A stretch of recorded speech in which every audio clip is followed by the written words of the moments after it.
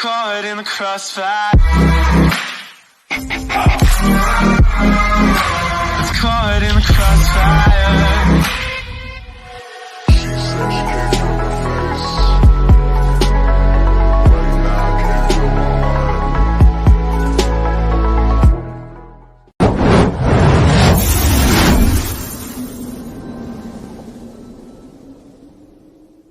Assalamualaikum warahmatullahi wabarakatuh.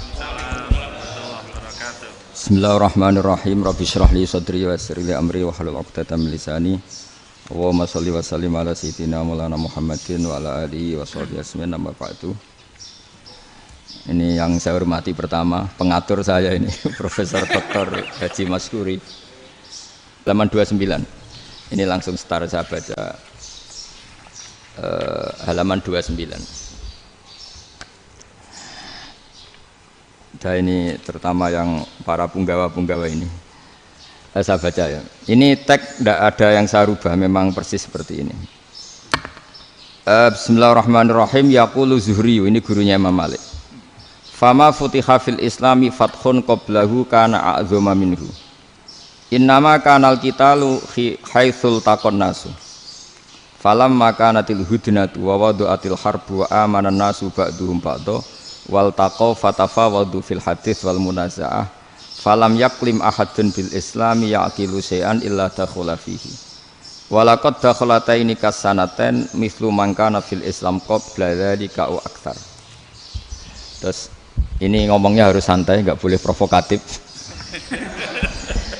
Begini, kita tahu dalam perdamaian Hudaybiyah itu poin-poinnya itu semuanya merugikan Islam. Di antaranya adalah jika yang Islam masuk kafir harus dibiarkan, karena berarti masuk ke habitat asli. Karena Nabi sebelum jadi Nabi, komunitas pokok itu kafir, sehingga kalau Islam masuk kafir kembali ke habitat. Tapi kalau Islam masuk kafir, kafir masuk Islam itu harus dikembalikan, karena dianggap bid'ah. Maka kalau kamu dituduh bid'ah itu tenang saja dulu. Nabi itu ya dituduh ji'ta bidinin muhdas, kamu datang dengan agama yang baru. Cuma agak diteruskan wa kullu muhdasatin bid'ah wa kullu bid'atin dalalah. Jadi orang-orang kafir dulu kalau ngomentari Nabi ya ji'ta bidinin muhdas, kamu datang dengan agama yang baru. Nabi nurut. Semua perjanjian yang merugikan Islam itu Nabi nurut. Tapi Nabi hanya minta satu hal, jangan ada perang 10 tahun. Dan orang boleh seminar, boleh diskusi tentang Islam. Ya ini dengerin betul ini. Jadi saya tidak akan provokatif, ini pakai logika. Nanti bisa dipakai disertasi doktor. Tapi saya minta orang boleh diskusi, boleh seminar tentang Islam. Akhirnya saat itu juga ada orang yang masuk Islam. Di depan tulisan itu belum kering istilahnya. Datang ke situ namanya Abu Jandal bin Suhail bin Amr. Itu datang ke Nabi, ya Rasulullah saya ini mau masuk Islam. Kata orang-orang kafir, ini pertama Muhammad kamu komitmen enggak sama perjanjian. Kalau kamu komitmen harus kamu kembalikan. Nabi bilang, ya Abu Jandal kamu kembali ke mereka, ke habitat mereka, yaitu menjadi kafir. Di komunitas kafir maksudnya. Akhirnya nangis. Sayyidina Umar itu mendekati Abu Jandal, kemudian memberi isyarat supaya ngambil pedangnya. Jadi isyaratnya wong ini baca ora wis. Maksudnya orang-orang kafir. Tapi Abu Jandal enggak mau.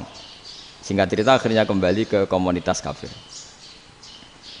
Tapi yang dikatakan Imam Zuhri cara analisis ini enggak bisa pakai provokatif, harus pakai analisis. Innama kanal qitalu haitsul taqon nasu. Yang namanya perang itu menjadikan orang tidak berpikir jernih. Ini poin yang diambil oleh Rasulullah. Kalau dibahasakan Nabi curi kesempatan, masuk Nabi dikatakan mencuri, meskipun itu hanya bahasa ya. Enggak mungkin lah kita bahasakan seperti itu. Saya ulang lagi ya. Kenapa ada perang berkesinambungan sampai tahun ke-8 Hijriah? Mulai tahun kedua ada perang Badar sampai tahun 8 Hijriah itu perang terus. Nabi sama orang kafir perang terus. Akibatnya apa Pak Profesor? Namanya perang itu ya nggak kau bermikir. Pokoknya agar ketemu Islam perang, Islam ketemu kafir perang nggak kau bermikir. Padahal Islam itu bisa diterima oleh akal sehat, harus lewat diskusi, lewat pengamatan, lewat pemikiran, lewat pengendapan berpikir. Makanya Nabi tahu ini masalah besar. Kalau orang perang terus, itu gak kober mikir Islam, tidak sempat diskusi tentang Islam. Makanya Nabi hanya minta satu poin. Oke, perjanjian ini saya turutin semua, tapi saya minta orang kafir semuanya boleh mendiskusikan Islam, boleh seminar tentang Islam. Mereka bilang iya, karena pikiran mereka kan diskusi paling piye. Ternyata betul, ada diskusi. Terus temanya gini, kira-kira bener di Muhammad Abu Jahal. Terus Tuhan Muhammad sama Tuhan Abu Jahal itu keren mana? Diskusi. Tuhan Muhammad itu khaliqus samawati wal ardi, yang menciptakan langit bumi. Sebagaimana kampanyenya Muhammad. Ya mereka masih jangkar bilang Muhammad. Kalau Tuhan kita, ya berhala itu yang kita bikin, yang kadang rusak, yang kadang kudanan, terus lemutan, pokoknya terus diskusi.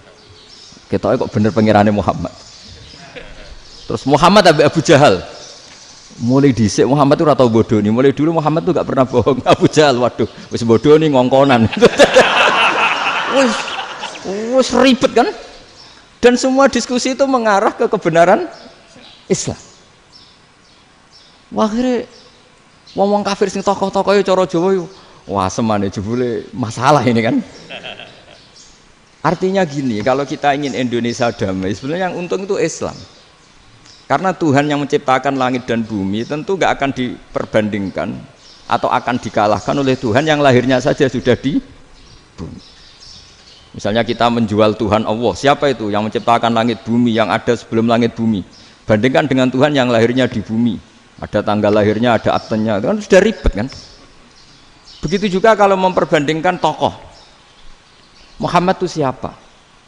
Tokoh yang bisa menyatukan pan Arabik, tokoh yang begini-begini, yang sayang istri, sayang keluarga.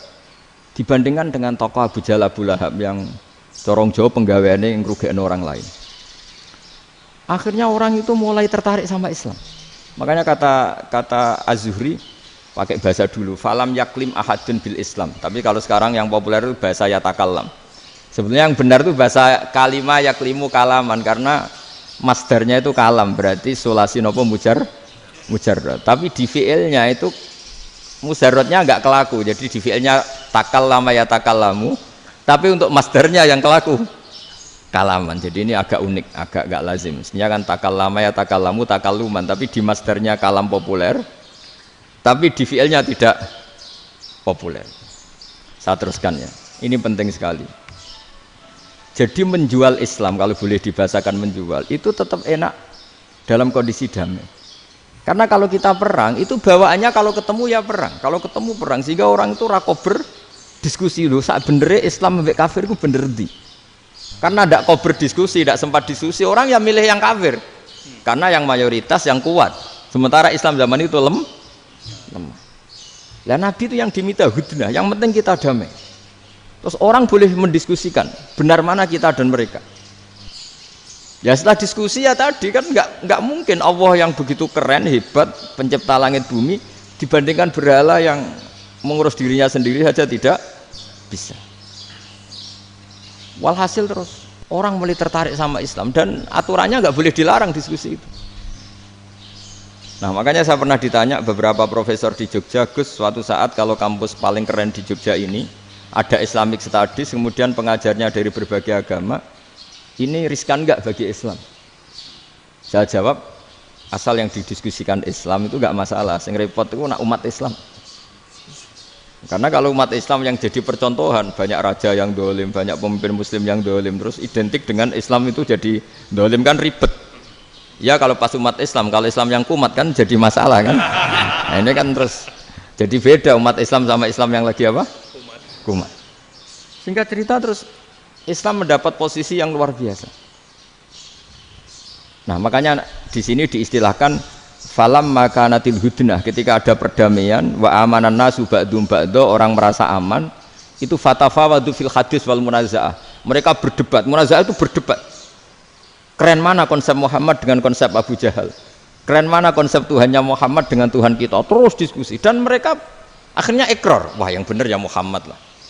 Di mana-mana Tuhan tuh ya sebelum langit dan bumi, di mana-mana Tuhan ya punya reputasi menciptakan. Masa Tuhan reputasinya diciptakan kayak berhala dan sebagainya. Ibadah juga gitu. Ibadah wong kafir itu kalau tawaf itu telanjang, ibadah Muhammad santun pakai pakaian, terus akhirnya mereka mulai tertarik Islam. Sehingga saya lihat di beberapa tafsir, saya memang tidak akan ngomong yang tidak serius, ngergani Unisba ben sawangane pemikir serius. Di Quran itu sampean lihat di tafsir Tobari itu ada ayat bal naqzifu bil haqqi 'alal batil fayadmaghuhu fa idza huwa zahid. Qadzafa itu kalau di kamus tak lihat itu takallama bila dalilin. Qadzafa itu ya pokoknya sekenanya. Artinya gini, kebenaran Islam atau kebenaran hak itu kamu taruh sekenanya saja itu tetap menang. Apalagi kamu taruh secara teratur, kamu taruh sekenanya saja itu tetap menang. Sehingga di sini banyak sahabat yang hidup di Cina. Sekarang juga banyak orang alim yang milih hidup di Amerika, banyak orang alim yang milih hidup di Inggris. Dan mereka pede, percaya diri karena kebenaran itu kamu letakkan di mana saja, itu tetap akan menang, akan menemukan momentum kemenangannya. Misalnya gini, contoh paling gampang. Dulu para peneliti, saya ulang lagi, dulu para peneliti itu ya datang kemana-mana, termasuk Ibnu Battuta, termasuk Ibnu Khaldun, ya semua peneliti itu suka neliti. Setelah diteliti, Quran itu satu-satunya kitab suci yang membicarakan sains, misalnya tentang falak, tentang astronomi, tentang asal-usul kejadian manusia, kejadian makhluk, juga bicara tentang geografi, geologis, semuanya. Sementara kitab lain hanya cerita tentang mawaid wal hikam wal ibar. Jadi diteliti kayak apa, pada akhirnya hak ini yang menang. Bal naqzifu bil haqqi 'alal batil fayadmaghu fa idza huwa zahid. Saya berkali-kali cerita, ada ulama yang ahli matematika. Ketika ditanya kenapa kamu suka ngajar matematika, sampai muridnya itu ragu, ini guruku mlebu swarga ta ora, penggaweane mulang matematika. Tapi para muridnya bermimpi bahwa Imam Amudi itu disuruh ngajar para malaikat. Dan itu pede betul dia. Kata Allah, ini ulama saya yang iman kepada saya setingkat iman kamu. Jadi malaikat itu tidak mungkin Gusti kita menyaksikan langsung engkau sementara ini di bumi, nggak nyaksikan jenengan. Kenapa bisa sepede dan seyakin itu? Akhirnya Imam Amudi disuruh ngajarin matematika. Jadi Anda kalau profesor itu nanti harus sempat ngajari malaikat, itu baru benar-benar profesor. Jadi nanti di akhirat ngajari siapa? Malaikat. Jadi ada seminar yang melibatkan banyak malaikat, narasumbernya itu seorang profesor. Itu ketika kenapa engkau begitu yakin kalau Allah itu Tuhan dan Allah itu Al-Wahidus Shomad. Terus Imam Amudi mulai nulis angka gak beraturan.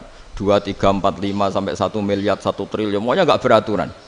Kata beliau, nisbatus naini wasalasa ila ma la nihayatalaha iku nisbatul far'i ilal asli. Mbok angka sebanyak apapun, 2 dibanding 1 ya far'ul wahid, 3 dibanding 1 ya far'ul wahid, semua angka yang enggak terhingga pun dibanding 1 semuanya far'ul wahid. Semua angka sebanyak apapun itu cabang dari angka 1. Fakullu hadil awalim far'un minal wahidis shomad, yaitu Allah Subhanahu wa ta'ala. Wah, kira malaikat tepuk tangan, iya juga. Jadi begitu juga ada ulama itu ahli gambar. Saya dulu ngaji sama Mbah Mun Al-Husunul Hamidiyah, itu kitabnya itu banyak gambarnya. Dan gale gambar yang ngawur betul, mangga ahli gambar. Saya Apple, sempurna lele. Semua gambar bangunan, gambar sapi, pokoknya gambar. Ternyata dia menemukan Tuhan itu dari gambar. Gambar serapi ini atau seruwet ini sama. Gambar rapi sama ruwet itu sama kalau dalam pandangan tauhid. Dimulai minan nuqtah al-wahidah. Kowe cek gambar sing rapi sing indah, cek gambarmu elek, dimulai dari 1 titik. Dan titik ini nuqtatil wujud, yaitu Allah Subhanahu wa ta'ala. Jadi nak cara ahli tauhid gak penting gambare api, menang lomba atau ora penting. Butuhe hadis surah ini gambar baik yang rapi maupun ndak adalah min nuqtah dari 1 titik. Ya. Alam raya sebanyak ini mbok gambar mbok ora, cek mulai Mars sampai Jupiter kabeh semua bentuknya yang banyak ini semuanya min Wah min nuqtatil wujud, yaitu dari titik wujud ini kok Allah Subhanahu wa taala. Di sini hebatnya ulama-ulama, mbok dia pengajar matematika, mbok pengajar gambar, semuanya dipakai perangkat untuk tauhid. Ya, itu kan juga bagian dari Islam damai, Islam yang sangat tidak perlu perang untuk orang dipaksa Islam. Enggak perlu provokatif kayak tadi pidatonya rektor jenengan tadi. Jadi ciri utama ilmuwan tuh kalau ngomong datar tapi logikanya enggak terbantahkan, itu ciri khas ilmuwan. Kalau ciri khas politikus kalau ngomong itu keras, provokatif lah kira-kira gitu. Tapi isinya biasa. Nah saya berharap nanti semua profesor doktor itu datar tapi isinya kualitasnya bagus ini. Mentes. Jadi makanya terus kata ulama, kenapa diistilahkan balnat zifu bil haqqi? Kenapa pakai qadzafa sementara qadzafa maknane takallama bila dalil? Maksudnya bila dalil di sini itu min ghairi ikhtiyajin ila dalilin. Kebenaran itu memang enggak butuh dalil. Apa kita perlu dalilnya apa? Buktinya apa? Kalau 3 itu cabang dari 1. Wong gendeng yakin yang takok gitu pasti orang gendeng. Wong 3 cabang dari 1 kok ditanyakan buktinya apa? Itu min awalil bidahah. Pertama orang pasti tahu kalau 3 itu far'ul wahid. 1 juta juga far'ul wahid. 1 miliar juga far'ul. Gambar yang sebanyak apapun ya dimulai dari 1 titik. Cek gambar benar maupun yang tidak. Akhirnya apa? Ulama dulu itu sebegitu rileks nerangkan tauhid. Lalu kenapa asma ini yang ya ini kan khas NU ya, khas pesantren. Sebenarnya saya keberatan pakai istilah khas NU, pakai khas pesantren karena NU itu anaknya pesantren, jangan dibalik pesantren anaknya NU karena sebelum ada NU itu ada pesantren. Tapi kayaknya Unisma lebih suka pakai bahasa NU dan saya ya agak-agak orderan yang terpaksa disuruh ngomong. Ini agak apa ya, agak kacau sebetulnya ini agak kacau. Jadi NU itu sama pesantren itu tua pesantren. Jadi NU dilahirkan pesantren, bukan dibalik pesantren dilahirkan NU. Sehingga barokahnya didirikan pesantren ini, kadang nyuwun sewu sekali Mbah Hasyim itu kadang ide besar beliau itu ora dituruti wong NU. Jadi Mbah Hasyim cara kula kok dadi Mbah Hasyim ya mangkel. Mbah Hasyim itu ngarangno kentong. Nggih ngaramno beduk, tapi wong NU nganggo kentong. Beduk. Dan uniknya Mbah Hasyim enggak tersinggung. Karena ciri khas pesantren itu membolehkan perbedaan apa? Pendapat. Itu masyhur khilafnya Mbah Hasyim sama Mbah Fakih Mas Kumambang itu sampai dikitabkan. Saling ngeritik, saling macam-macam lah. Jadi cara berpikir Mbah Hasyim ketika Nabi rembukan, ini gimana ya cara menentukan waktu sholat ya? Ya pakai kentong ya Rasulullah, dzakalin nasara itu untuk orang Nasrani. Ya pakai buk itu trompet, dzakalil Yahud itu untuk orang Yahudi. Terus, ada yang usul lagi pakai api ya Rasulullah, dzakalil Majusi itu orang Majusi. Setelah itu ada orang datang lari-lari cerita mimpi azan tadi. Ya itu terus dipakai sarana pemanggilan sholat ya azan itu. Sehingga Mbah Hasyim menolak kentong. Karena mantas sababi qaumin fahuwa minhu. Beliau keras sekali sampai bilang haram. Beliau judulnya ya haram, Al-Jasus Antakhrimin Nakus. Setelah naskah itu sampai ke Mbah Fakih Mas Kumambang di Gresik situ, di daerah Dukun situ. Dulu nggak ada WA ya, jadi sampainya ya lama. Makanya saya sampai sekarang nggak punya WA karena ya saya ulama kan, kalau WA-an terus ya jadi ulama. Nggak jadi ulama main WA-an terus itu. Nah itu termasuk rektor gak kau bermikir itu mesti kebanyakan WA. Karena kan otaknya didikte oleh sesuatu yang masuk. Sesuatu yang dilihat itu kan pasti mendikte kita. Beda kalau yang enggak WA-an kan mikir apa kita yang menentukan. Kalau WA-an kan kita ditentukan. Mau mikir anaknya butuh apa gara-gara WA informasi Jakarta mikir Jakarta. Padahal secara kewajiban ngapain kamu orang Malang mikir Jakarta? Gara-gara WA, mikir Jakarta belum selesai ada berita di Sulawesi, mikir Sulawesi, habis itu mikir NTT. Makanya semua orang sekarang merasa tokoh nasional gara-gara informasi yang masuk itu nasional. Jadi Mas Yo RT yang mikir gimana Gus Indonesia kok. Ada RT sampai lupa kalau dia itu RT. Jadi semua orang sekarang merasa tokoh nasional. Dan itu gara-gara apa coba? Akhirnya semua orang juga punya ide tentang nasional. Harusnya negara itu gini-gini. Jebule wonge sing duwe ikon itu sapa? RT. Ribet kan? Saya teruskan. Setelah naskah itu sampai ke Kiai Fakih Mas Kumambang. Beliau itu marah besar. Ini harus dilawan dan saya bukan karena benci Mbah Hasyim. Beliau teman saya ketika ngaji Kiai Mahfud di Mekah. Jadi Mbah Fakih dan Kiai Hasyim itu teman ketika ngaji di Mekah. Terus cara ngelawan tuh lucu. Lucu, gak ilmiah tapi gak ilmiah wong alim tetap ilmiah. Di mana-mana serupa itu tidak sama. Ya kalau mungkin zaman Nabi di Madinah itu zaman itu kentong itu identik dengan milik Nasrani. Di Indonesia beda. Pos kampling ya kentong, kebakaran ya kentong, wae sarapan orang di LP ya pakai kentong. Jadi tidak ada jaminan kalau kentongan itu identik dengan Nasrani. Lalu haramnya di mana? Yang di mana-mana tasabuh itu identik. Ini tidak identik. Mulai masalah kan? Mulai masalah. Jadi beliau gaya judul Hazruus. Hazruus itu kepala bergeleng-geleng. Sekarangan kok ngene. Jadi sekarangan kok provokatif gitu. Nah. Dan itu Mbah Hasyim ya hormat Mbah Fakih hormat Mbah Hasyim. Saya sendiri secara pribadi itu lebih suka pendapat Mbah Hasyim sebetulnya. Karena bagi saya sholat itu sakral, ya sudahlah kalau sakral ya dipanggil dengan sesuatu yang sakral yaitu kalimat thayyibah adzan. Tapi saya tidak akan bilang kalau kentongan itu haram. Karena kalau haram alasannya mirip orang Nasrani, sementara pos kampling ya pakai kentong, ada banjir ya kentong, ada kebakaran ya kentong. Jadi tidak identik untuk misa atau untuk sholat ala Nasrani. Tapi itu dulu ya rileks saja, dua beliau itu ya saling menghormati, padahal saling kritik. Dan dulu ulama yang beda madhab itu ya saling menghormati. Imam Syafi'i itu kalau sholat di kawasan Masjid Abi Hanifah ya tidak kunut. Ketika ditanya kenapa kamu tidak kunut, sementara engkau berpendapat kunut itu sunat. Ikroman di hadal madhab, saya sangat menghormati madhab. Imam Ahmad bin Hanbal itu berpendapat kalau orang pakai bekam, pakai iftisot atau hijamah itu batal sholatnya. Sementara Imam Syafi'i mengatakan tidak batal apa sholatnya atau wudunya tidak batal. Tapi Imam Ahmad itu ditanya, apa kamu makmum Syafi'i? Bagaimana mungkin saya tidak makmum sama wali kutub seperti Imam Syafi'i? Padahal menurut keyakinan Imam Ahmad ini sholatnya batal. Ini habis iftijam udah wudu.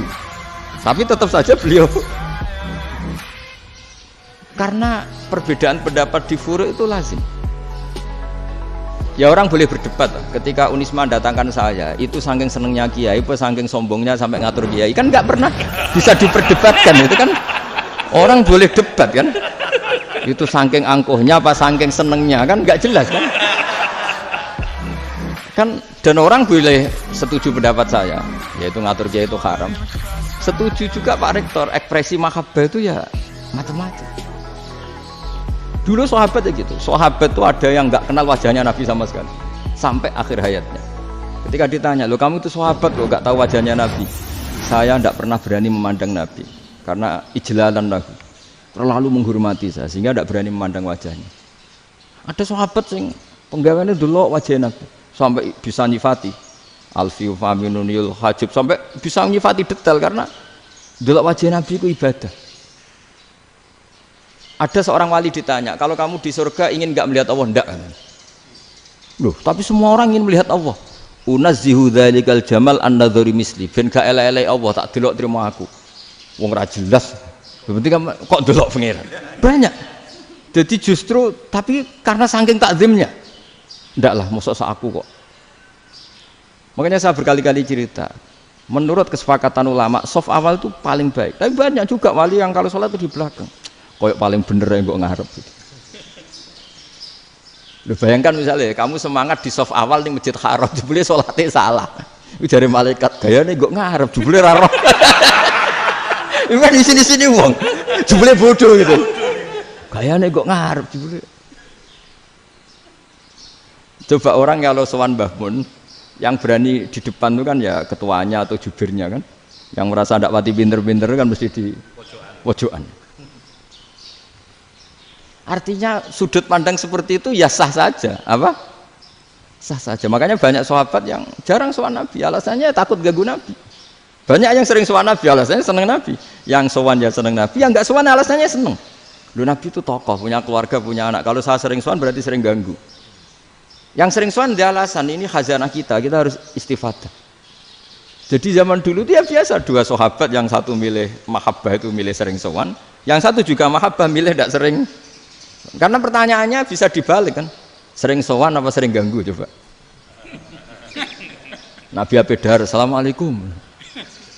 Nabi nimang cucunya, assalamualaikum. Ayo bener yang sowan apa bener yang enggak kalau seperti itu. Akhirnya terus diatur sedemikian rupa oleh Quran. Walau annahum sabaru hatta takhruja ilaihim lakana khairal lahum. Jadi sahabat kalau mau sowan Nabi ya nunggu di Sufah. Kalau Nabi keluar berarti milik publik. Sekali masuk ke dalam tidak ada sahabat yang berani sowan. Itu la tadkhulu buyutan nabi illa ayyudzana lakum. Kalau soal sampai masuk dalam harus nunggu dipanggil. Karena sekali Nabi masuk dalam itu milik privat keluarga, milik istrinya, milik cucunya, milik keluarganya. Jadi Nabi sekali keluar ke ruang itu berarti milik publik. Itu terus jalan tengah. Karena kalau langsung masuk, bayangkan saya itu sering menyaksikan. Mbah Mun habis ngaji 2,5 jam ngaji Jalalain, baru masuk, assalamualaikum. Padahal yai mungkin mau ke kamar mandi, mau ini itu. Jadi dulu itu Quran sangat modern. Sebelum ada dokter ngatur tamu, rektor ngatur tamu itu Islam sudah modern. Dia kan nggak fair kan? Misalnya saya ke Unisma harus janjian pakai ini, terus kalau misalnya ke sini selonang-selonang kan lucu kan, mentang-mentang kiai terus juga sowan-sowanan selonang-selonang. Padahal kalau kita mau ke mereka pakai protokol. Sering nggak fair dunia ini. Tapi karena aku kiai ra oleh gelo ya sudah. Akhirnya saya memutuskan nggak gampang kemana-mana karena itu. Saya sering didatangi ajudannya menteri, Gus. Mau ada tamu dari Jakarta tanggal ini mesti saya bilang mereka milih tanggal yang mereka kosong, kok tidak mikir apa pas itu kosong, tak jawab enggak lah sebelum diatur bahasanya dan tawaduknya gitu. Akhirnya dibalik datang lagi, Gus jam dengan kosong apa kita menyesuaikan lah, itu lagi dia akhlak kata saya. Itu baru punya akhlak kata saya. Bukan masalah gengsi ya. Saya sendiri itu dolan ke alumni itu jarang, karena ya takut. Kiai kan yo nganggur, jam 9 nganggur, jam 10 nganggur. Bisa saja alumni itu kerja di pabrik, bisa saja yang latihan ekonomi di pasar. Sehingga kalau saya datang jam 9, iki kiai sing nilai santri ini, apa kiai sing ganggu santri. Nah karena orang ini melakukan rutin, gak kok berpikir, pokoknya ngono jenenge silaturahim. Mau nyerah kok berpikir, padahal kalau diangen-angen, ini kiai yang nilai santri ini, apa kiai yang ganggu santri ini karena datang di jam kerja. Nah, bayangkan kalau kebenaran dulu itu dikawal oleh satu peradaban perang. Jadi Nabi sesuai diangen-angen mbek Nabi. Perang Badar menang Nabi, perang Uhud menang wong kafir, perang ini gonta-ganti. Apapun itu yang penting satu kesimpulannya, cara Rasulullah kesimpulannya satu. Orang tidak kober mikir kebenaran secara mengendapkan pikiran dengan pikiran jernih. Maka hebatnya Nabi ketika perjanjian, pokoknya saya minta nggak ada perang. Dan orang boleh mendiskusikan Islam. Itu luar biasa idenya Nabi. Karena bawaan perang itu orang kan nggak kok bermikir. Ibarat seorang misalnya senang satu perempuan, ketemu rivalnya langsung perang kan nggak mikir. Tapi kalau kau bermikir, diangen-angen cawe wedok iku ora seneng aku. Untungnya apa untuk wong ayu ora seneng, malah mau loro hati. Terus sudahlah, buruan dialihkan kemana kan gitu. Itu nak mau amen WA nan tukaran lewat SMS atau tarung langsung ora kau bermikir. Tapi kalau kau bermikir, akhirnya berpikir nih, perempuan tadi sebenarnya yang disenangi siapa? Oke, ternyata senang Pak Erik. Sudah kita ngalah. Karena tidak ada nikmatnya kan menikahi perempuan yang sama sekali tidak mencintai kita. Tapi kalau nak kau berpikir pokoknya diprovokasi, wah kue kalah mbek A, kue kalah mbek B. Pikirannya kan ojo sampai kalah. Bareng wis menang ternyata ada mas. Nah bayangkan Islam itu seperti itu dulu, dipertarungkan. Doang Islam itu dinu aklin, agama yang diterima dengan akal sehat. Tapi sekarang ukurannya perang, yang menang berarti benar, yang menang benar, kan terus jadi repot. Itu Nabi tidak ingin, makanya Nabi ingin sudahlah, nggak ada perang. Nah makanya kata Imam Zuhri, fathul Islam terbaik adalah orang boleh diskusi tentang Islam dan tidak ada perang. Lagi-lagi penting, tidak perang itu penting, silmun itu penting, perdamaian itu. Setelah tidak ada perang, akhirnya fatafawadu fil hadis wal munaza'ah, orang boleh diskusi apa saja, termasuk boleh adu polemik. Konsep satu Tuhan dan Tuhan banyak diperdebatkan. Akhirnya Nabi secara rileks bisa menjelaskan, Muhammad, urusan kita banyak. Kalau Tuhannya satu tidak cukup, Tuhan harus banyak untuk menyelesaikan berbagai urusan. Ada Tuhan bagi rektorat, bagi macam-macam kan. Ada Tuhan untuk ngurusi utang, ngurusi BPKB, macam-macam. Terus kata Rasulullah, enak saja Nabi jawabnya. Ya kalau kamu punya majikan banyak, perintahnya beda-beda, kamu mangkel enggak, bingung enggak? Ya susah mat, kalau majikannya banyak, perintahnya beda-beda, kita jadi repot. Senang mana? Senang majikan satu. Ya sudah, Tuhanmu itu majikan kamu. Kalau Tuhannya banyak, perintahnya macam-macam, kamu yang repot. Akhirnya ya sudah mat, Tuhannya satu aja. Nah, itu ya barokahnya diskusi tadi, barokahnya enggak perang. Daraballahu mathalan rajulan fihi syuraka'u mutasyakisuna wa rajulan salamal lirajul hal yastawiyani masalah. Terus alhamdulillah. Jadi orang yang paling kafir pun saat itu taslim. Nah, ini kembali ke kalimat la ilaha illallah. Saya tidak perlu provokatif, pasti teori saya itu benar. Bukan saya bilang benar itu karena sombong, enggak. Ini sesuai teks. Misalnya begini, benar enggak kelompok takfiri yang suka ngafirkan orang lain? Itu pasti tidak benar. Logikanya gampang. Orang yang kafir 70 tahun saja dengan melafadzkan la ilaha illallah menjadi muslim. Masa dengan kalimat yang sama yang muslim menjadi kafir? Itu logikanya kan enggak ketemu. Orang kafir 70 tahun untuk menjadi muslim disuruh baca apa? La ilaha illallah. Tapi gara-gara baca la ilaha illallah nyekel patok jadi kafir. Pertanyaannya, loh ini kalimat apa? Kalimat untuk mengkafirkan apa kalimat untuk mengislamkan? Karena yang kafir dengan kalimat itu menjadi Islam, ternyata yang Islam dengan kalimat itu menjadi kafir. Itu ketemu enggak cara logika itu kan enggak ketemu kan? Makanya cara pikirannya Abul Hasan Asyadzili, dan saya setuju pikiran itu. Istighfar ini boleh orang Jawa Timur protes karena kadang beda manhaj, tapi jangan protes saya, protes Abul Hasan Asyadzili kualat mesti sampean. Ketua Torekoh napa? Sadziliyah. Cara madzhab Sadzili, dan Anda boleh berbeda madzhab, mencari khasnya wong kampus sing wani beda. Beda kapasitas lah, pokoknya butuhnya beda. Dan ketok pinter, ketok kritis tuh. Cara madzhab Abul Hasan Asyadzili itu gini Pak Rektor. Jadi istighfar itu baik. Tapi ba'da kamali tauhid, setelah tauhidnya itu benar. Alasan beliau masuk akal. Ketika ada ayat fa'alam annahu la ilaha illallah wastaghfir li dzambik. Bihadil kalimah. Jadi orang boleh istighfar itu setelah tauhidnya benar. Alasannya Abul Hasan Asyadzili begini. Qul lil ladzina kafaru iyantahu yughfar lahum ma qad salaf. Katakan kepada mereka yang kafir, sekali mereka tidak kafir, maka otomatis dosanya masa lalu diampuni. Pertanyaannya, yang bisa menghentikan kekafiran itu kalimat apa? La ilaha illallah. Dengan hanya melafadzkan la ilaha illallah Muhammadur Rasulullah, langsung yughfar lahum ma qad salaf, langsung dosanya diampuni. Berarti yang menjadi pengampun dosa lah, penyebab pengampunan itu apa? La ilaha illallah. Itu bahkan orang kafir belum istighfar. Di ayat itu kan Allah enggak mensyaratkan setelah la ilaha illallah istighfar baru diampuni, enggak. Asal la ilaha illallah langsung yughfar lahum ma qad salaf. Saya ulang lagi ya, jelas ya. Jadi kulil ladzina kafaru iyantahu yughfar lahum ma qad. Nah, sekarang iyantahu, mereka berhenti dari kafirnya. Syaratnya pakai apa? La ilaha illallah Muhammadur, itu langsung yughfar lahum ma qad. Artinya apa?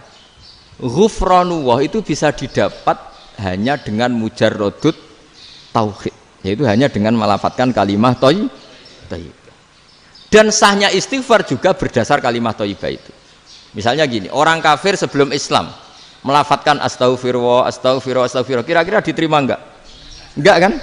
Karena syaratnya istighfar ba'dat tauhid. Nah, makanya dalam madzhab Sadzili istighfar itu setelah la ilaha illallah. Karena cara pandang ya seperti itu. Jadi fa'alam annahu la ilaha illallah wastaghfir li dzambi. Jadi dengan kebenaran tauhid saja ini sudah cukup kita insyaallah layak diampun. Karena innallaha la yaghfiru ayyusyraka bihi wa yaghfiru ma duna dzalika liman yasha. Jadi orang yang tauhidnya benar itu bisa diampuni Allah asal tauhidnya benar. Itu Allah ngendikan liman yasha wa yaghfiru ma duna dzalika liman yasha. Dawe Imam Suyuti walam yakun liman yastaghfir. Jadi orang yang bertauhid secara benar meskipun gak sempat istighfar itu tetap potensi diampuni. Karena bawaan tauhid itu sudah menjadi layak diampuni. Kayak orang kafir sekali ngelafatkan kalimat tauhid, mbok gak istighfar langsung diampuni. Nah, karena melihat seperti itu terus orang berlomba-lomba memperbanyak jumlah ngelafatkan la ilaha illallah. Jadi kita yang alim, kita semua, saya tidak bilang saya, kita termasuk yang di pinggir-pinggir saya ngaku alim yang orang masalah lah, soalnya kita semua yang alim-alim itu tahu bahwa la ilaha illallah itu super, sudah bawaannya tauhid, juga punya kelayakan Nah, kemudian nasib kita agak sial, malah kalimat ini dituduh bid'ah, dituduh khurafat. Mergo Nabi nggak pernah tahlilan, Nabi nggak pernah. Nabi gak pernah tahlilan kalau diartikan Nabi ra tau maca la ilaha illallah nek gak kalimat itu. Nah, ini provokatif ini. Jadi ini sudahlah keanehan-keanehan ini kita terima karena ciri utama wali, ciri utama ulama itu wa udhu fisabilillah, harus pernah disakiti. Jadi kalau Unisma sakit karo dituduh apa? Dituduh bid'ah itu berarti belum calon ulama. Anjar ulama itu wa udhu fisabilillah, harus disakiti. Jadi kalau kamu disalahpahami itu ya harus santai. Provokatif tadi. Iya, termasuk provokatif tadi. Termasuk diatur tadi itu. Jadi kalau cara berpikir kan, karena mereka itu memang kalau kita turutin itu memenya itu terlalu, kadang menghujat kita itu. Enak ya jadi KNU, ada orang mati datang, kiainya dapat makan, dapat rokok, terus pulang gitu. Jadi apa, terus kita kayak tersangka terus. Kita kan kayak tersangka terus, tertuduh terus itu. Terus yang orang NU ya memenya juga nggak kalah ekstrimnya. Boleh ya ajaran orang nggak boleh ngasih-ngasih kiai gitu. Berarti boleh dong ajaran kikir. Jadi memang kadang apa ya, cangkem elek lah bahasa kasarnya itu. Itu memang kadang lebih mengenakan kalau kita datang ke acara mayat kan dapat makan, dapat minum. Kalau yang sohibul bed rokok ya dapat rokok. Kalau kiainya dapat wajib, kadang 20.000, kadang 50.000. Terus memenya itu kok setega itu ya, ada orang meninggal kok malah kita makan-makan. Seakan-akan kan kultur ini biadab kan gitu. Tapi yang orang NU kebalikan balas. Oh ternyata nggak boleh ya mayat disodakoi, ternyata nggak boleh ya orang dermawan. Berarti Islam membolehkan medit ya gitu. Model ini kan. Tak angen-angen itu luwih mandi timbang takbir ya kan. Karena ini kan memicu emosi kan. Memicu apa? Emosi. Nah, tapi saya kalau disuruh bela mana itu tidak ada yang saya bela. Ya seorang sudahlah, kalau mau nganggur saja sudah itu. Ya tapi itu memang apa ya, itu khazanah Islam, ada yang kritik, ada yang enggak. Ya itu memang khazanah, ya biasa aja, kalau saya biasa aja. Karena dulu ulama itu sudut pandangnya itu ya seperti itu. Ada yang ulama suka ibadah itu sholat, ada yang milih apa tidur. Sampai Imam Ghazali bilang suatu saat ibadah terbaik di zaman akhir itu tidur kan. Sholat saja kalah sama tidur kan. Tapi itu loh ya, yang wajib tetap loh, terus kamu gak sholat wajib. Begini beliau mencontohkan itu. Ada orang sholat tahajud terus obsesinya itu ingin hajatnya terkabulkan. Sementara yang tidur obsesinya nikmati rahmatnya Allah, boleh tidur, bisa tidur. Kata Imam Ghazali, timbang kita tahajud terus nuntut pangeran aduk turu katanya. Mergo engko dia akibat terus setan memberi bisikan, lho nyatanya kamu tahajud ya gak terkabul, berarti cerita bahwa Nabi ngendikan kalau doa tahajud mustajab enggak. Daripada ngono ki aduk turu ora tau ndonga. Timbang ngabri-abri Islam ya, timbang ngelek-ngelekin apa? Islam. Jadi ulama itu mulai dulu itu sudah berpikir. Banyak orang menjadikan tahajud, sholat malam itu media untuk hajatnya. Dan kalau nggak kesampaian ini mutung. Nyalahkan kiainya ijazah ramandi. Macam. Daripada ngono ora usah apa? Tahajud itu turu. Dan jenis kayak ini tuh banyak. Makanya ulama kayak saya itu saenake dhewe itu ya jarak. Saya sering didolani mukhibin terus bilang, Gus saya doakan gini-gini, saya mau nyalon bupati atau saya gini. Saya bilang gak waduh orang dongo, nak ramandi darani ulama dongane ramandi. Nak mandi kamu jadi bupati tetap nganggep karena beli. Sopo sing ora bupati saya juga beli. Ribet kan? Ketika mereka jadi ngunsurkan doa kamu apa karena kemarin beli? Yang beli maksudnya, nggak beli nggak usah tersinggung. Jadi ribet ngadepin. Nggak, artinya gini loh, doa itu jangan dipakai begitu loh. Kalau minta nasihat, tak nasihati jadi bupati yang baik, gubernur yang. Kalau minta doa itu resikonya. Akhirnya gigi kalau diminta doa ya doa, sebenarnya diisinya itu gak doa kemenangan. Itu nggak selamat gitu. Karena ribet. Makanya Islam itu doa itu setelah iman. Aturan iman benar baru doa. Aturan iman benar termasuk Allah itu yaf'alu ma yasha, boleh melakukan yang dikehendaki. Allah nggak boleh terdikte oleh doa kita, nggak boleh. Ya saya ulang lagi ya, madzhab Hasan Asyadzili ini khas kita. Jadi la ilaha illallah itu didahulukan sebelum istighfar. Tapi kebalikannya madzhab Imam Sanusi itu dibalik. La ilaha illallah itu kalimat yang sakral. Karena yang sakral dibutuhkan muqaddimah, yaitu yang melafadzkan harus yang sudah bersih, yang sudah steril baru melafadzkan la ilaha illallah. Maka dalam madzhab Sanusiyah istighfar dulu baru la ilaha illallah. Nah, cara madzhab Abdul Hasan Asyadzili kebalikan, istighfar itu sah setelah sahnya tauhid. Kamu ikut mana tuh? Asyadzili apa Sanusiyah? Alhamdulillah sama-sama tidak paham, ya sudah. Akhirnya sudah. Ya enggak kemana-mana kan gitu. Jadi apa ya? Terus ini saya teruskan, ini biar khas pesantren atau khas NU lah, kalau bahasa Pak Rektor khas NU. Ini Ben sampean tahu beberapa perbedaan itu lazim, halaman 24. Ya, halaman 24 sama 25. Tak baca, ini masih orisinil. An Sufyan bin Uyainah, ini juga gurunya Imam Syafi'i. Kata Sufyan bin Uyainah, beliau cerita, kana Isa wa Yahya alaihi salam ya'tiyanil qaryah. Fayas'alu Isa an syirari ahliha. Wa yas'alu Yahya an khiyari ahliha. Jadi Nabi Isa dan Nabi Yahya itu satu generasi, sama-sama masih muda. Kalau di satu kampung yang Nabi Yahya tanya, ini keluarga terbaik siapa? Saya mau nginap di situ. Karena kumpul orang baik itu nyaman. Kalau Nabi Isa kebalikan, keluarga terburuk mana ya, saya tak di situ. Nah terus akhirnya faqala lahu Yahya lima tanzilu ala syirarin nas. Kenapa kalau kamu bermalam kok malah kumpul orang-orang yang nakal? Innama ana tabibun udawil mardo. Saya ini nabi, ibarat dokter. Di mana-mana dokter yang ngumpuli yang sakit, ngobati yang sakit. Makanya di NU itu ya banyak Kiai Jazab mengumpuli yang nakal-nakal. Nak tepak yang ngentas yang nakal, nak ora tepak ya katut. Ini adu nyali lah sudah gitu. Tapi itu ada ilmunya, yaitu niru Nabi siapa? Isa. Kalau kamu dokter penelitian tuh cari daerah yang banyak pandemi apa yang bersih? Yang banyak pandemi, karena yang namanya penelitian ya di situ kan. Kalau kamu dakwah ngentas kemiskinan, ke daerah miskin apa daerah kaya? Nah sama, kalau ngentas kefasikan, ke daerah fasik apa daerah orang soleh? Fasik. Ya, tapi itu Nabi Isa. Nah kalau kamu tidak Nabi kan potensinya kan ngadut itu. Tapi setidaknya bahwa kita sering disalahkan karena punya beberapa tokoh yang ngancani fasik-fasik, itu sebenarnya ada dalilnya, yaitu Nabi siapa? Isa. Nah terus masalah tegas dan lunak. Ketika ada mahasiswa misalnya pacaran, boncengan lanang dan perempuan, itu pilihan kita apa? Kalau tegas terus gak mau mendengar kita, misalnya gini contoh gampang, tak beri contoh Pak D, jangan orang tua, nanti secara fikih itu beda. Nah ini kan kita orang pesantren lah, biasa ngaji fikih detail.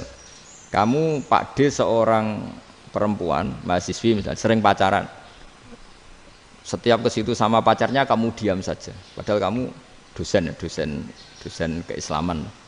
Mesti pamanaan kamu nyimpulkan, ternyata pacaran itu tidak apa-apa, buktinya Pak D itu tidak negur, menengahi. Ini berarti as-sukut alal mungkar. Tapi kebalikannya, Pak D ini terkenal keras. Nak rono mesti rajaku ponaan. Akhirnya yura rono. Mesti ngerti nak mesti diamuk. Nah, dua orang ini sama-sama gagal kan? Yang lunak menjadikan ponaannya pacaran terus karena enggak negur sehingga dikira membolehkan. Sing keras juga enggak sempat bina wong rono era wani. Akhirnya dua orang ini sama-sama enggak ketemu, sama-sama enggak berkesempatan membina kan? Gagal membina kan? Karena yang keras ponaannya enggak pernah situ, berarti enggak bisa bina kan? Yang lunak membiarkan berarti juga enggak bina. Nah, Islam itu antara dua itu. Ya agak terlalu lunak, Enggak terlalu keras. Karena kalau terlalu keras, misalnya ada kiai terlalu keras. Loh masyarakat mau tanya itu gimana? Lari kan? Loh saya ini punya pengalaman pribadi. Saya ini kan kecelok orang alim. Itu kalau pernah ya saya itu berusaha ya pokoknya ya umumnya orang alim lah. Tenang, terus anteng, enggak gejlok-gejlokan. Itu enggak ada yang tanya. Saya mimpi ketemu beberapa ulama itu disalahkan. Terus umat saya kalau mau tanya itu ke siapa? Wong alim wis wibawa, meneng tambah banget wibawane. Kalau Quran sering gojlok rektor macam-macam. Terus wong wanita kok, saya biasa ke pasar pandangan dicegot orang. Gus, putri saya itu sering keluar darah tapi melebihi batas haid gini-gini. Kalau badhe sowan jenengan, gak usah sowan ning kene mbek ngadeg-ngadegan. Terus tanya, yang haid berapa hari, Gus? Ya supaya rudat ilal adat. Adat sebelum dia punya penyakit istihadah itu berapa? 6 hari ya sudah, kembali 6 hari lainnya mustahadah, tetap sholat, tetap normal. Tapi kalau saya wibawa, moro pasar go tasbih duwilu. Iku mesti wong salaman njaluk donga yakin.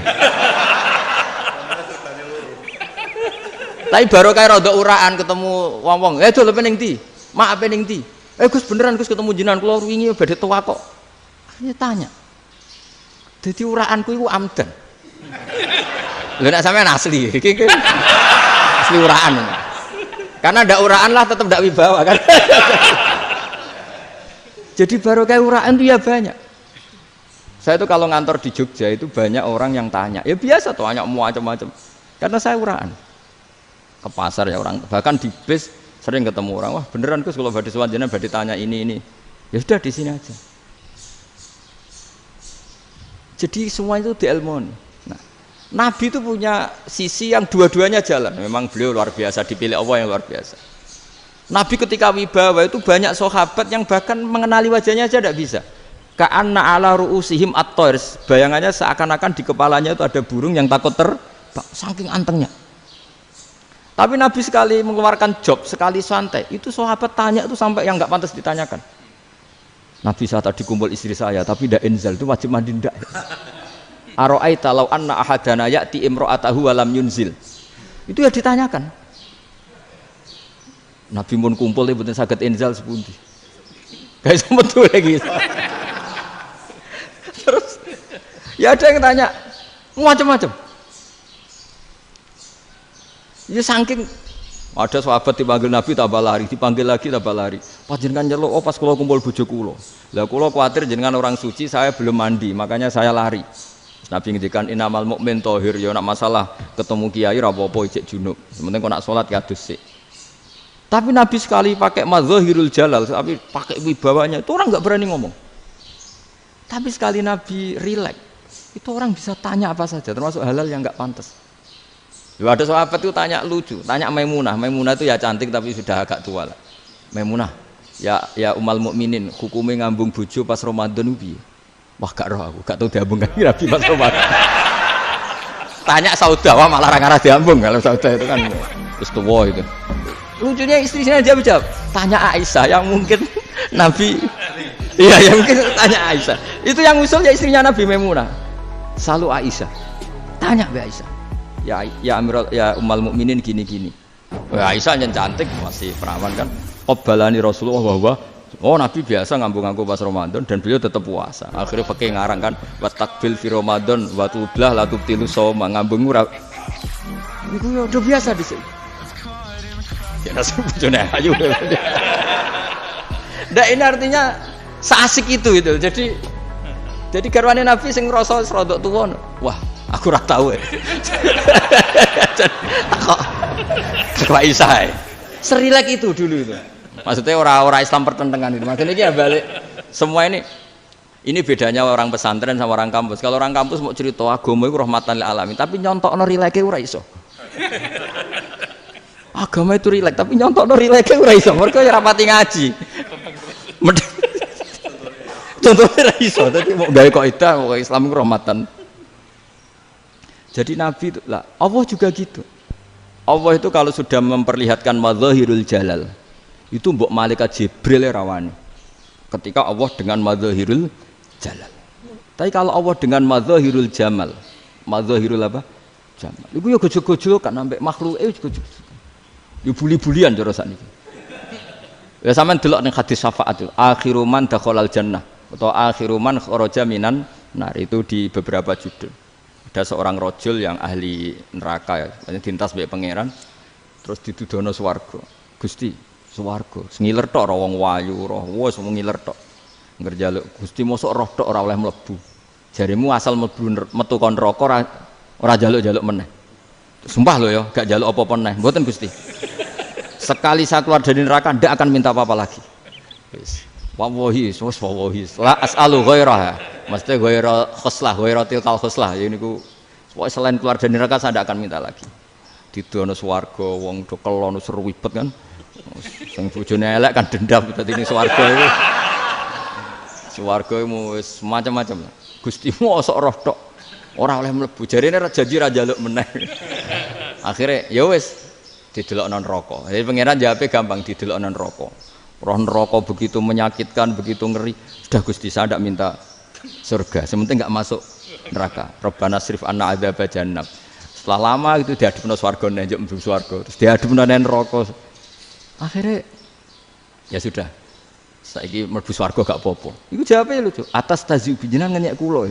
Wong karuan ra ahli swarga kok mlebu swarga. Terus akhirnya mlebu swarga, kan mlebu swarga tamanna, sangen-angen sing mbok jaluk apa? Orang angen-angen yang indah-indah, laka wa asratu amsal. Ya iku tak turuti wa asratu amsalih lan lipatan ke-10. Jawabe wong lanang ya lucu. Atas tazi ubi wa anta rabbul alamin. Jenengan pangeran kok ngenyekan. Maksudnya wis karuan aku ora pantes. Terus jare pangeran, la astazi ubika walakinni ala ma asya'u qadir. Aku gak ngenyek kowe, pancen aku pangeran. Nuruti kowe iku iso. Jadi Allah sendiri ketika dengan madzahirul jamal itu malaikat ya ono sing wani bantah. Masyhur itu kan malaikat sing bantah pangeran ataj alufiya mayufsidu fiya wasfikut. Karena Allah dengan madzahirul jamal. Yang paling masyhur Nabi Musa. Nabi Musa itu ketika Nabi Mi'raj. Nabi Mi'raj itu beliau kira-kira di langit keempat lah yang masyhur atau kelima. Ngelangkai. Nabi Musa menangis, "Ya Rabbi, ini apa-apaan? Orang sing ja'a ba'di kemudian melangkai makom saya ini apa-apaan?" Jadi Nabi Muhammad kan apapun hebatnya kan junior. Kok melangkai makom saya ini apa-apaan? Enggak fair. Sampai Nabi Muhammad itu tanya gini sama Jibril. Reaksi Allah gimana ketika melihat Musa seperti itu? Jawab malaikat Jibril lucu. Ya roh khiddatahu. Allah sapal gayane Musa. Biar. Jadi lucu. Ya dibiarin aja sama Allah. Tapi wong jenenge Nabi Musa itu kekasihnya Allah. Tetap berkah bagi kita. Betul. Ketika setelah Mi'raj diwajibkan sholat 50. Gentenan Nabi Musa kelihatan nabinya. Sebenarnya Nabi Musa itu sebetulnya loh, enggak nguntungkan kita sebetulnya. Tapi yang nguntungkan. Sebenarnya enggak niat nguntungkan kita, tapi nguntungkan. Nabi Ibrahim kan di langit ke-6, keren lah. Konti dong ketemu Allah ngeten-ngeten kan sholat 50. Karena Nabi Ibrahim terkenal Nabi baik ya enggak bantah. Bareng Nabi Musa. Kenapa diceluk pangeran? Kula kan salat ping 50. Inna ummataka la tutiku dalik. Wah, gak kuat umatmu. Serai-rai gak umatmu ora ngarah kuat 50 rakaat. Tapi sebenarnya Nabi Musa itu niatnya bukan membela kita. Fa inna ummati la umatku sing gagah-gagah ra iso meneh umat. Berarti sebetulnya ya itu masih pakai gengsinya sebetulnya. Wes ngono-ngono lah sementing kita untung. Sebetulnya dia itu gak terima wong umat saya aja yang lebih kuat. Gak kuat apalagi umatmu. Dan terus sebutin irji ila rabbika fas'alhu takhfif. Itu berarti Allah dengan madzahirul jamal. Sudahlah, datang ke Allah minta keringanan. Allah itu baik. Minta. Ambek Allah diringana mau 5 tok, jadi cek 45. Balik nih Nabi Musa, piro 45, cek ra kuat umatmu. Wong umatku ra kuat, jadi sebenarnya dia bilang umatku ra kuat. Lho cara Nabi Muhammad model wong Malang, yo beda umatku mbek umatmu. Ribet kan? Itu. Lalu Nabi Muhammad kan tidak seperti itu kan? Tidak punya akhlak Malang kan? Akhlak. Maksudnya akhlaknya mujur itu, tidak akhlak yang baik gitu. Ya akhlak yang mujur, bukan yang Malang gitu. Jadi Nabi ya manut. Tinggal 40 kan, dikurangi lagi 35 sampai 9 kali kan? Masyhur itu. Ya kan kalau dikurangi 55 kan berarti turun naik kan? 9 kali. Itu setelah 5 itu Nabi Musa cek usul masih ragu. Iku cara Nabi munggah nentek. Ini entek ya. Terus iya ada tuntas betul. Sebebas. Terus munggah ado-ado lha opo? Ngapain itu?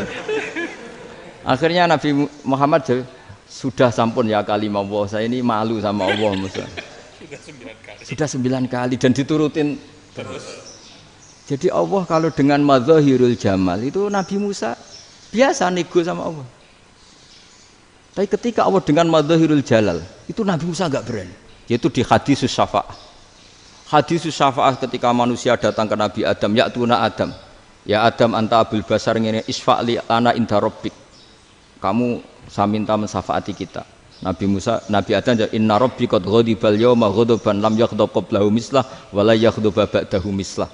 Ini Allah sedang murka besar dan tidak akan murka seperti ini lagi. Sudah saya tidak berani, nafsi. Nabi Ibrahim enggak, termasuk Nabi Musa ketika itu ya enggak berani. Karena Allah dengan madzahirul jalal. Itu Nabi Musa enggak berani. Sudah saya sendiri itu pernah salah. Yaitu saya membunuh seseorang yang enggak disuruh oleh Allah membunuh itu, yang pas jotosi orang Kipti. Akhirnya datang ke Nabi Muhammad, pas ke Nabi Muhammad Allah dengan madzahirul jamal. Dengan madzahirul jamal sampai Kanjeng Nabi ngendikan analah, saya akan memintakan syafaat kalian. Terus fa ahmadu rabbi bima hamida allamaniha rabbi.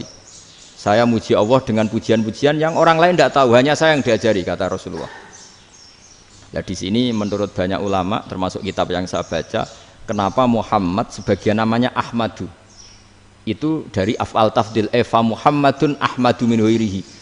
Muhammad Rasulullah itu kalau muji Allah di atas cara mujinya nabi yang lain. Jadi Ahmadu bukan dari fi'il mudhari' lil mutakallim tapi dari af'al apa?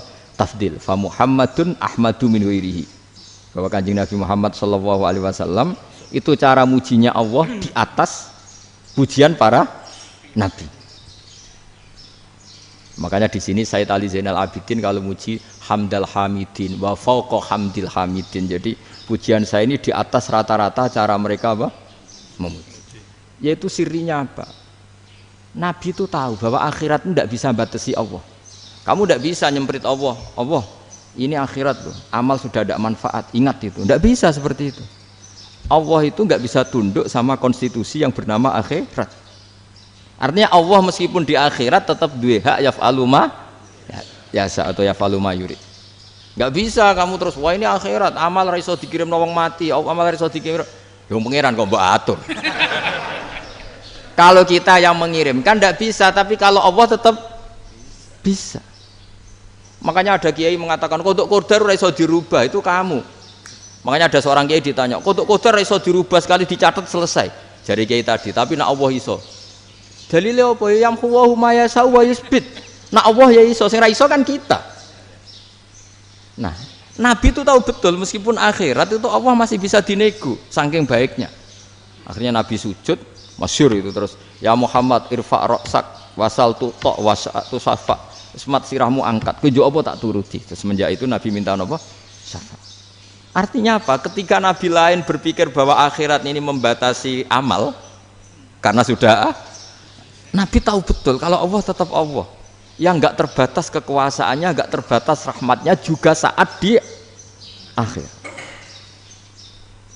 Makanya disebut fa Muhammadun Ahmadu min ghairihi. Makanya wa mubasyiran bi rasuli ya'ti mim ba'dismuhu Ahmad. Jadi makanya terus banyak GNU sing macam-macam lah. Sing ana sing potongane wedi terus hati-hati. Niku berarti makome madzahirul jalal. Ana sing amen guyon nek makome madzahirul jamal. Ana sing ra jelas ngene iki, sing ra jelas. Nak guyu buanter kok nak nangis yo buanter. Jebule urusan utang. Lah ini sudah yang udah. Jadi makanya yang rileks saja. Sebenarnya agama ini santai, rileks karena agama ini harus bifarohin wasururin. Enggak boleh agama ini dibawa dengan kekerasan, dengan antisosial. Karena agama ini harus kul bi fadlillah bi rahmati fa bidzalika falyafrahu, harus senang, harus rileks. Makanya saya jadi kiai itu senang takutnya gini. Sekali saya tidak senang jadi presiden buruk. Ternyata jadi wong alim ora enak, itu contohnya. sampean merengut terus uripe susah. Nanti orang tidak berani jadi orang alim. Makanya saya buktikan bahwa saya lebih bahagia dibanding rektor. Nanti orang ingin jadi rektor semua, nggak ingin jadi orang alim. Saya pernah ketemu sekian rektor di Jogja, tanya, Gus, kenapa jenengan bela-belain pesantren sampai segitu? Kan keren kampus NU, sekarang ada Unisma, ada NU Jogja, ada NU Jepara gini. Tak bilangin gini, sampai rektornya itu istighfar.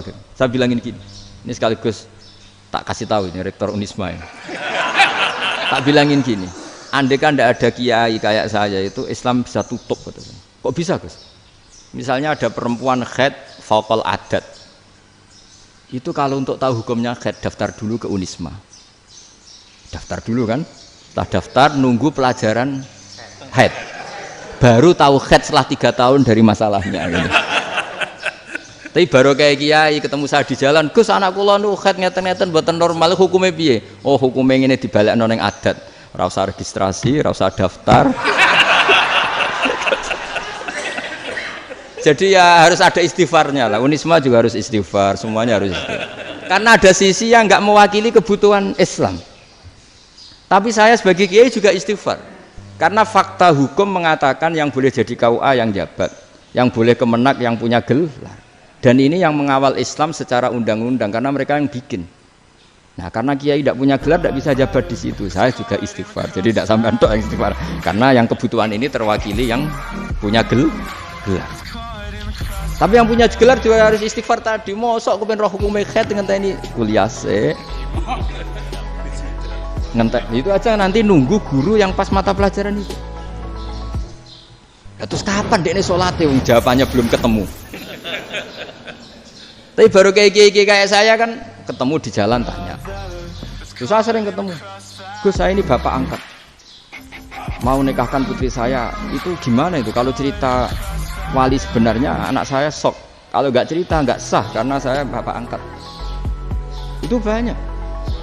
Hanya tak akali ya sudah wali yang sebenarnya taukil pada hakim tanpa diketahui, tapi hakikatnya itu taukil hakim. Itu kan tidak gampang. Nah, tapi kalau tanyanya di kampus registrasi dulu, daftar dulu, baru tahun berapa ada pelajaran itu? Semester 5 baru tanya. Iya kan? Semester 5 ya? Iya. Oh, itu kan. Jadi jangan kira terus sistem Unisma itu yang terbaik di dunia, tidak juga kan, tidak juga. Dan sistem-sistem yang lain maksudnya ada. Tapi sistem kiai loh, Mbah Mun juga sering pesen saya, kowe kudu seneng pegawai negeri. Piye-piye sing jaga agama pegawai negeri. Kemarin pas acara 7 harinya Gus Robah saya matur itu di depan para kiai. Setelah saya jadi kiai ya itu nyata. Islam di Papua, di NTT yang bawa siapa? Dokter negeri, ya kan?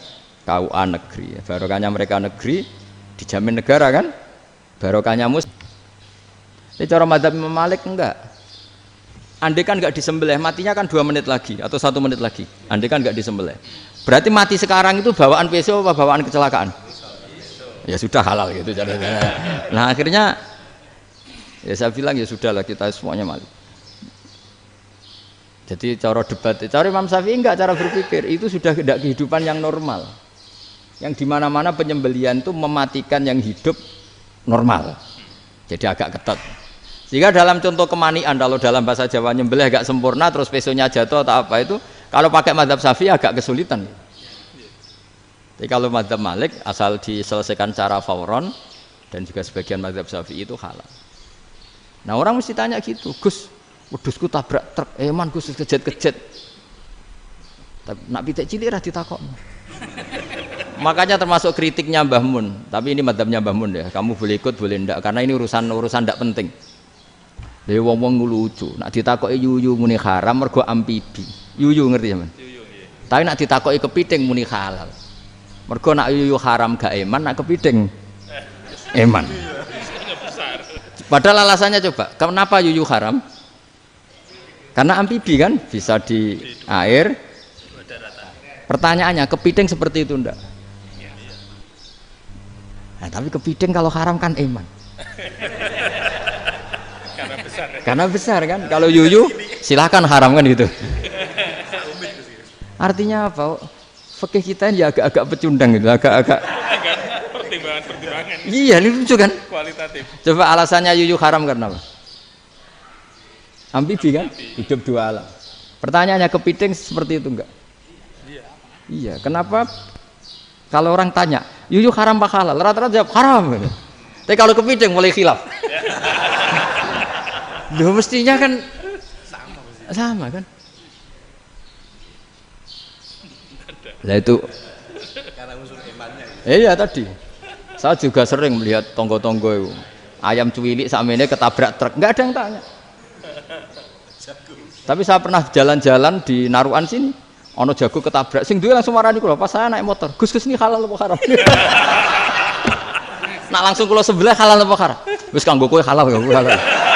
Karena saya tahu tak jawab haram mesti kecewa itu. Aduh. Akhirnya kiai ini beratnya kan. Ya akhirnya ya saya setelah itu Fatihah Imam Syafi'i ngapunten nih umat kula nu rahasia mangke madzhabe jenengan tuh ndak siap. Iya kan akhirnya pakai madzhabnya Imam Malik tadi. Ya tak Fatihah Imam Syafi'i ini mboten niat nglawan jenengan. Tapi ngobati tiang eman. Mergo pitike besar itu. Jadi ini kan cerita ya itu makanya yang rileks saja lah bahwa Islam ini yang rileks, yang menyenangkan karena ya agama ini harus menyenangkan. Raditu billahi robba. Raditu itu senang banget, ridho itu puas. Enggak boleh beragama pertuntungan terus emosinan. Ya marem atau raditu itu marem jadi yang nyaman. Ya saya kira demikian. Assalamualaikum warahmatullahi wabarakatuh.